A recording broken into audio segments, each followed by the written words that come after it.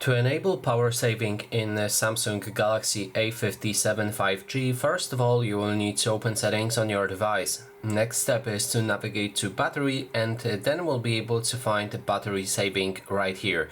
If you enter options for it, you'll be able to turn it on with this switch, and you can also change between standard or maximum battery saving, where one in this example offer me 2 hours and 24 minutes of battery life, and the other one 5 hours and 10 minutes. We can also click on the gear icon next to each of those options and toggle on and off different settings that will apply during that mode.